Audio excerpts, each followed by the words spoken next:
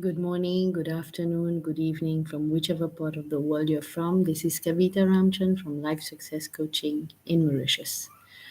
Okay, so we are continuing to read the book You Were Born Rich by Bob Proctor. And let me continue reading the book. There were so many thoughts going on in my mind right now. So let me just get back to reading the book. Last time we saw that John Canary had proposed to Bob Proctor that he wanted to work with him. He wanted to do exactly what Bob was doing. And he went to any extent to meet Bob. And Bob told him that you can absolutely do what I'm doing, but let me already inform you or warn you of everything that you have to do to get to where I am. It's not going to be easy, John. And now he says, this is the continuation. He says, usually when this is explained, the person says they still want to go ahead, but you never hear from them again. John was no exception. In one sense, he still wanted to go ahead. However, in every other way, he was an exception. I did see him again. I told him what to read and what to do, and he read it and did it. John read hundreds of books. He devoured them. He narrated them onto tapes and then played the tapes in the car. At his own expense, he followed me all over the country and sat in hundreds of seminars. He wrote thousands of pages of notes and studied them diligently. Finally, I would have him open and close the seminars. Then he would conduct part of a seminar himself. In the beginning, he was full of fear. He was soaking wet. Sometimes he would be so worried about what the audience thought of him, and he would forget everything he knew. And as you know, an audience can be very cruel. But despite all this, he continued.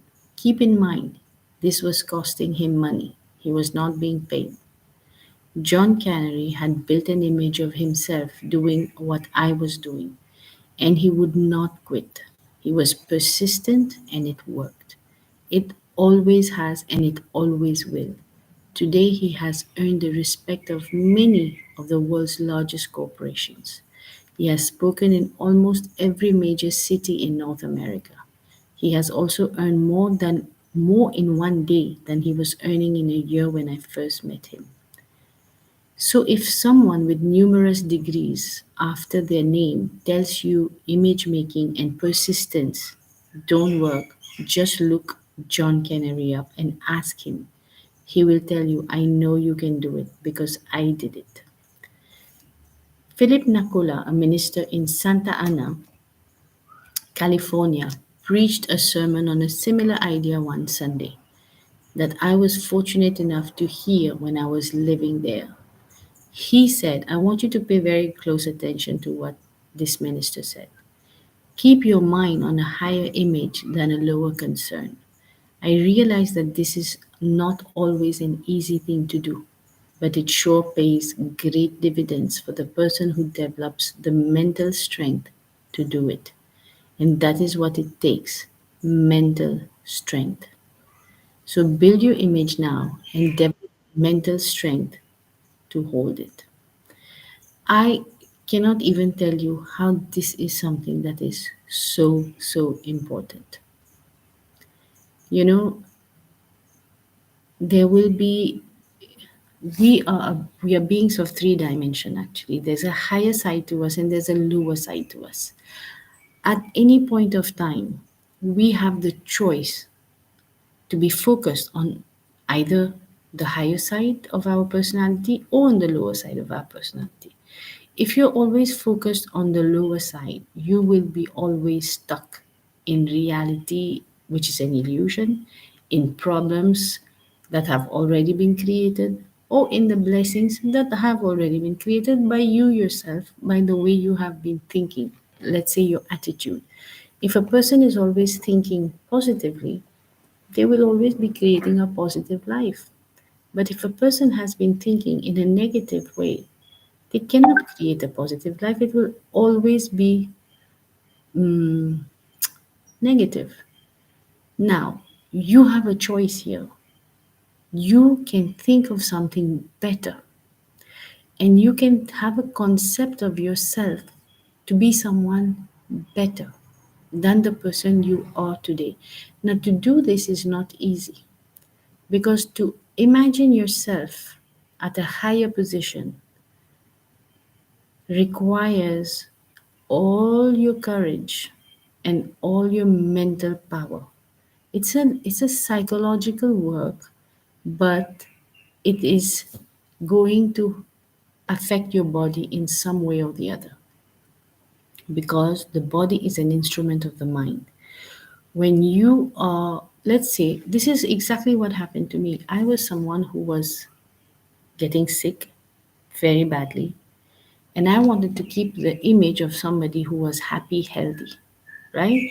That's what I wanted, my happiness. So when I was focused on happiness, happiness is what I attracted. But if a person is continuously focused on the reality of what is, which is an illusion, what is that person doing? He is creating more of the same. That's not rocket science to understand. That's simple logic that what you focus your attention on, you're giving it more power. Now, does that mean that reality is not there? No, it is there. I'm never saying to anyone, and a lot of people misunderstand that I'm saying don't look at reality, it doesn't exist. No, it exists, but it is only for your feedback. If something has been created in your reality that you don't like, all you need to understand is I must have created that. I don't know how.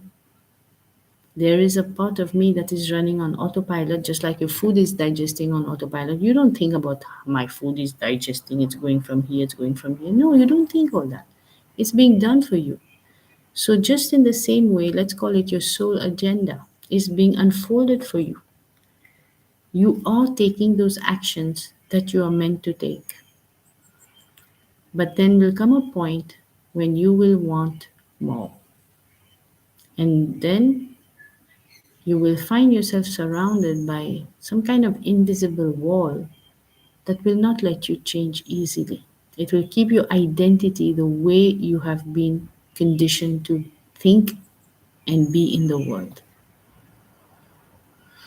Now will require your courage. Now will require your persistence, your image making skills. Is this what you still want to live? Is this what you want your life to keep going as? Because you have an opportunity to grow beyond where you are today. And every human being has that. There's no single human being who's devoid of that privilege to grow. All you have to do is to put in an image of yourself, a, a higher image of yourself, means something you really want in your mind. You have to see yourself as that person until it will just manifest into your reality by the harmonious law of vibration.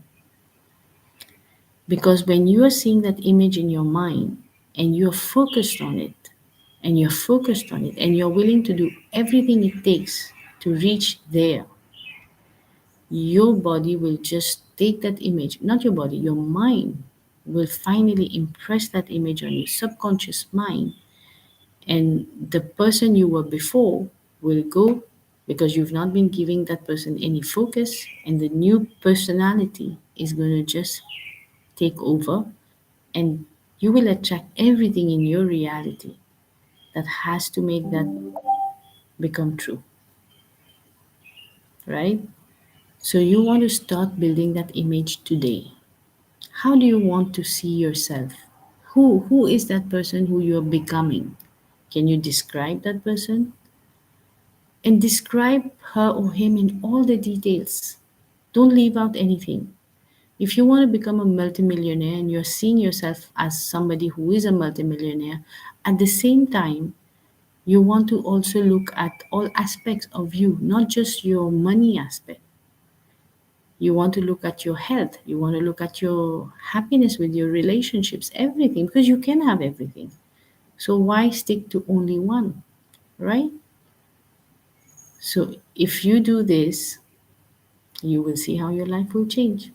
So thank you very much for your attention, and I will see you on Thursday. Bye bye.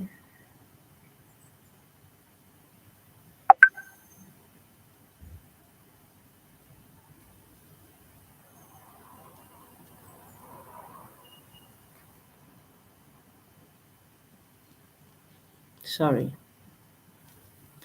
don't know what I did.